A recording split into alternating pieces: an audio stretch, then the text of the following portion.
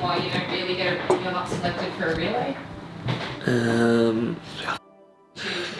It's race day, Mum. Not. Oh, I hate it.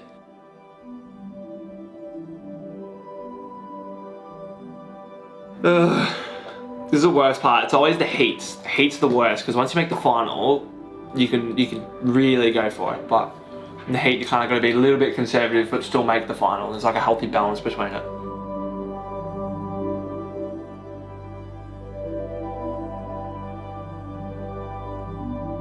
I've spoken to Joel about it too. The race plan for this morning. We'll pretty much just go fast this morning, faster tonight. It's pretty much all he told me. His PB is like 56.7, so you're going to be like within half a second. That's within QT, it should be fine. Because if I need to PB tonight, I need to be faster this morning. Joel's training schedule is developed so that we can swim faster in the final. So we do suit ups at night so that when we do make the final, we're going to swim faster at night.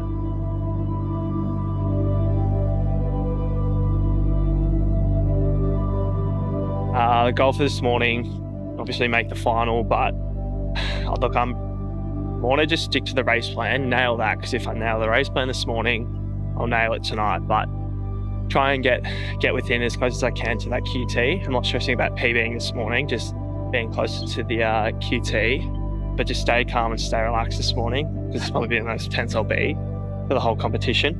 Yeah, it should be good. See you later. I'll see you after. Yeah.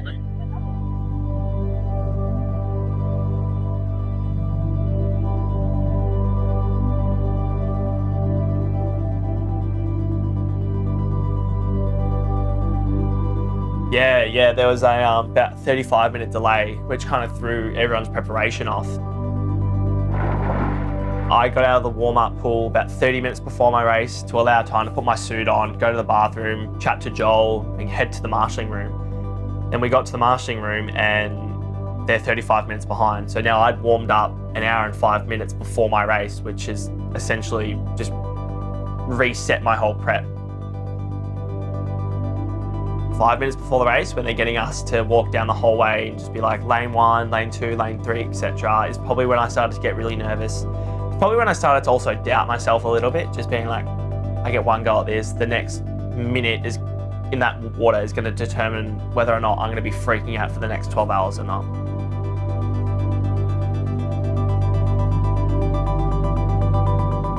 The 100 metres butterfly multi-class in the first, it is stacked. Keep your eye on Col Pearse. He's also a Tokyo bronze medalist in 100 metre butterfly S10. Take your marks.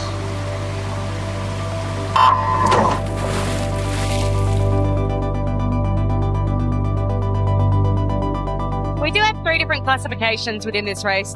S9, S10, as well as S14s. 3 S10s in this event, in fact, which is a class that's reserved for athletes with the mildest of physical impairments. And so Ben Hance, S14, is taking this race out. Yep, well inside, gets that qualifying time, known as a backstroker, but how impressive was that butterfly? Yeah, that was humbling. I swam way off the qualifying time. I swam 58.28. The qualifying time is 57.44, so that's 0.8 over the qualifying time. But more importantly, I was like a second and a half over my PB. It's awful. Like I said, you never want to swim poorly at these competitions. This is my very first swim at the Olympic Paralympic trials, and I bombed it. I'll shave them all off. I don't know. I was humbling that. That's really rattled me, but I was hoping to be a bit quicker. But have you guys ordered an Uber?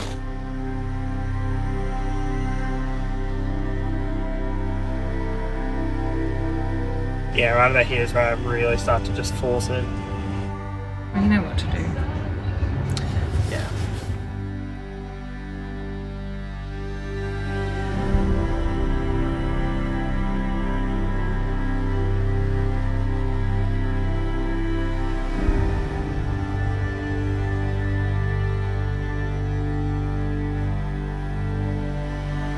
God, I'm already nervous. I can't even eat.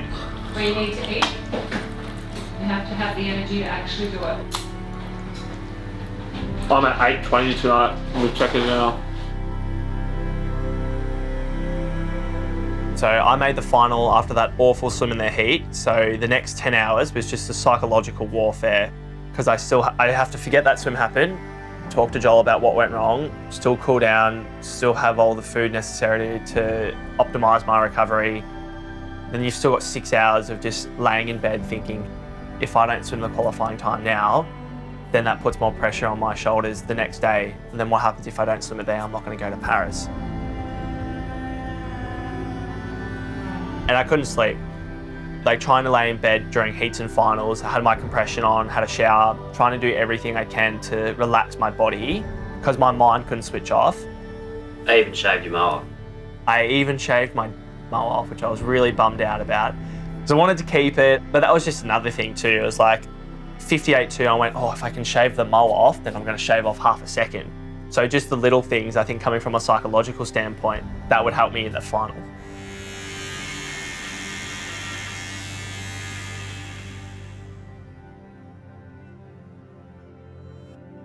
Oh, baby. You look like you're 12 again. I know, I really hate it.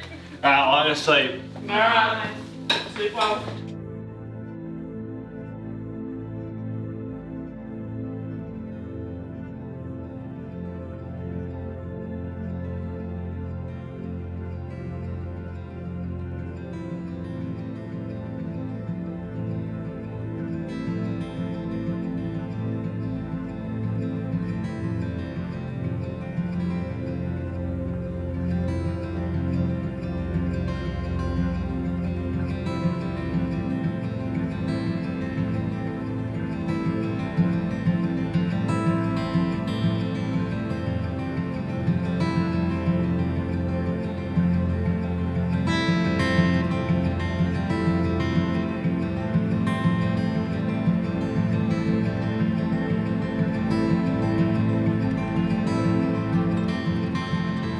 Tonight's it. We have to go 57.44. We've done the work. We're vacuum in. It's just got to get there. We have to be confident.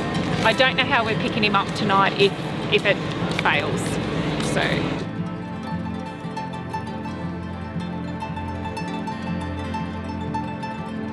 We look at now to some Paralympic hopefuls hitting the pool. And This is the men's 100 metres butterfly final. Swimmers in 3 different categories.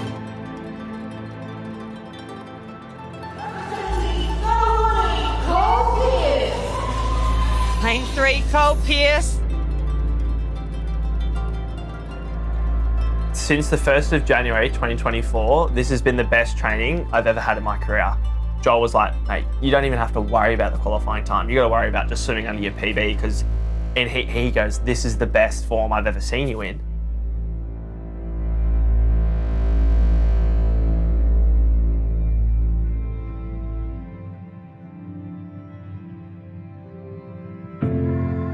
Going into the final, felt okay in the water, warm up as usual. It was business as usual. I do what I've been doing for the past 10 years of my swimming career.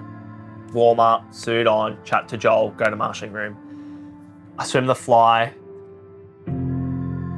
I go out quite hard. It felt good, but then I turned and it just fell apart. My arms were fatigued, my legs were fatigued, my hips were stiffening up. Hit the wall, and I'm half a second over the QT.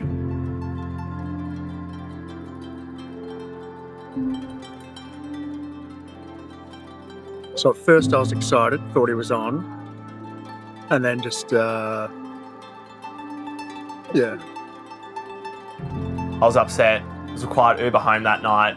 I didn't cry, but I was teared up. I hugged Mum for about half an hour in that car ride home. But Joel was really good. Joel just said, forget that swim happened, mate. Does not matter. You've got tomorrow to focus about. Control the controllables. You can control your recovery tonight. You can control what you eat. You can control your race tomorrow. Just that race. That race did not happen.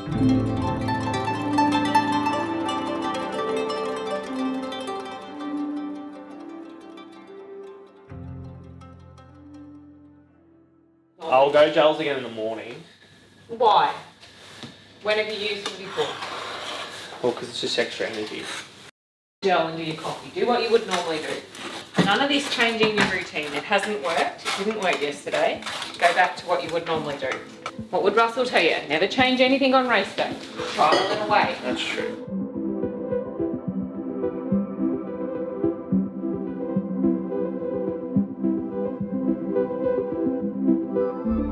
I didn't sleep. I was so stressed out now about I'm 50% of the way through the competition and I'm not on the team.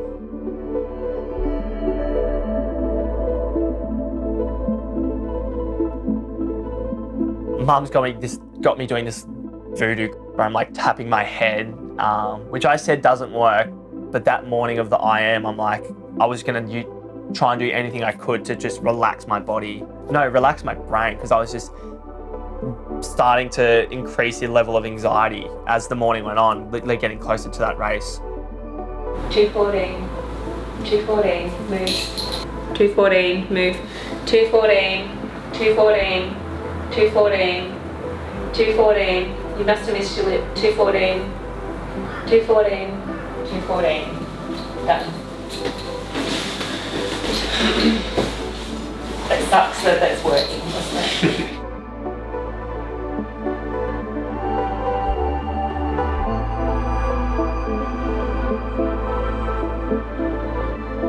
So for the whole literally past 9 months, I've had the wrong QT. Well, I thought it was 2:16.0, and I've only been under that 3 times in the past few months. But turns out it's 2:16.58. So I've been under that now way more than I thought. So that's helped take the pressure a little bit off. And this is why I was so upset last night, because I was like, this is definitely the best training we've done leading into any comp. But I think we've done all that good training for IM. So hopefully this morning I'm just going to go for it. Go about 90-95%. If I can go QT in the morning, I'm on the team, but it'd be really nice to actually go under PB. So, because if I'm under my PB, dude, that's 3-4 seconds under QT.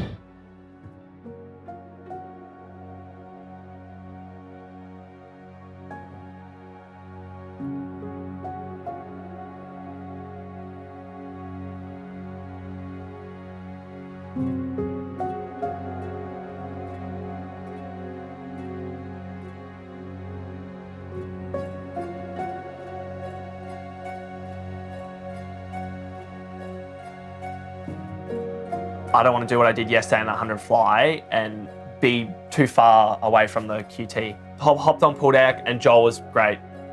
Awesome. He just was like, hey mate, lovely to see you this week. Race day today, day 1. And for something in that just switched my mind to being like, I almost did forget that race. I think because I was on such a high and then a huge low, that I have very, very vivid memory of that whole day. We did a few laps around the pool just to be like, this is a race pool, marshalling room. I knew it all. I've been to this pool a million times, but Joel was implementing into my head that's day 1 of the comp, and that kind of worked for me.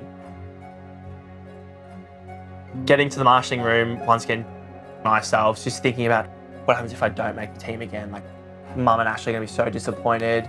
There's been a lot of media content done on me in the past few weeks leading into the trials, being like, oh, this is going to be Col Pearse, but I haven't actually qualified yet. So now I'm on my backup event, which I'm 3 seconds under QT, but I said that about my 100 fly. So in the heat, I just said, it, send it.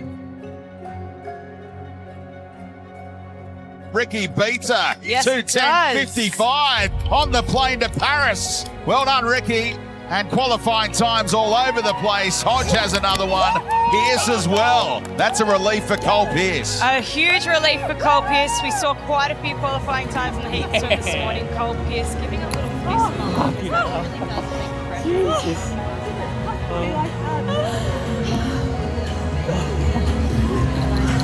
Come on, mate. We did it! We did it!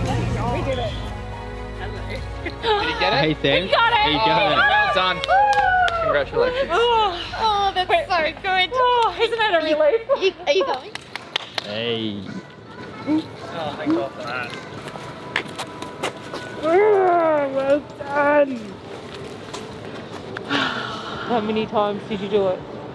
When Jono did it, he did it for me, and I was like, did you tell him to do it for me? No, I didn't. Nice one, dude.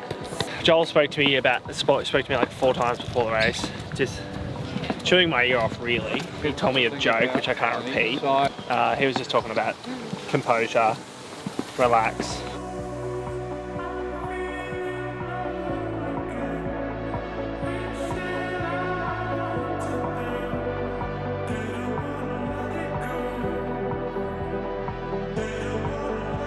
Swam well this morning, so you can have a bit of fun tonight.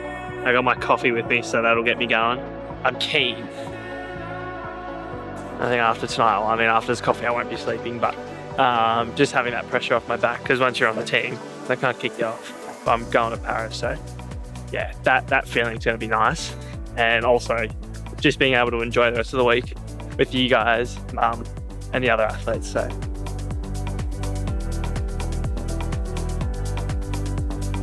What a relief for Col Pearse today to achieve that qualifying time. So he's on the plane to Paris.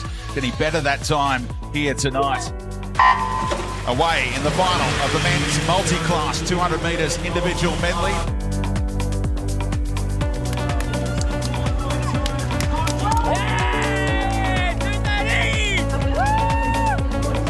Three qualifying times achieved by those same three men as earlier today. Col Pearse, congratulations to you. Another Paralympic berth, well done. Thank you, it feels good. I had a bit of a shocking swim yesterday, so to walk away qualifying for Paris this year, it feels good. The result was great, 2:13.0, 0.6 PB, way under the qualifying time, and it actually puts me #1 in the world right now, leading into Paris, which is pretty cool. So come away. Yeah, the 12 months has been a roller coaster. The training load from the 1st of January 2024 to trials has just been so incredibly hard. I can't even describe it, but the highs and lows of racing every month, of not swimming the QT, being way over my PB has just been hard. But I swam under the QT, main job's done, 2-time Paralympian, going to Paris. Oui. Yuck. We're going to Paris, baby. LA Oz. LA Oz. Yeah, that's the campaign. Is that what it's called?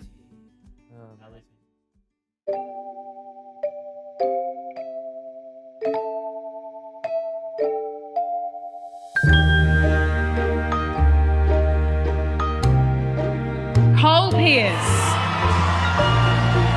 This Tokyo debutant won a bronze medal in the 100 metres butterfly and has been impressing in the water ever since. We are thrilled to say he's now set to fly in France. Welcome to the team, Col Pearse.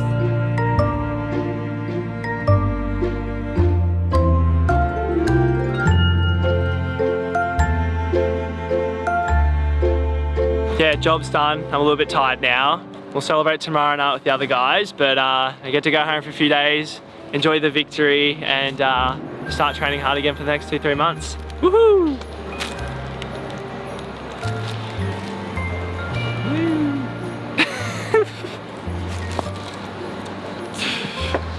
And I'm super proud. And Ashley, I'm not.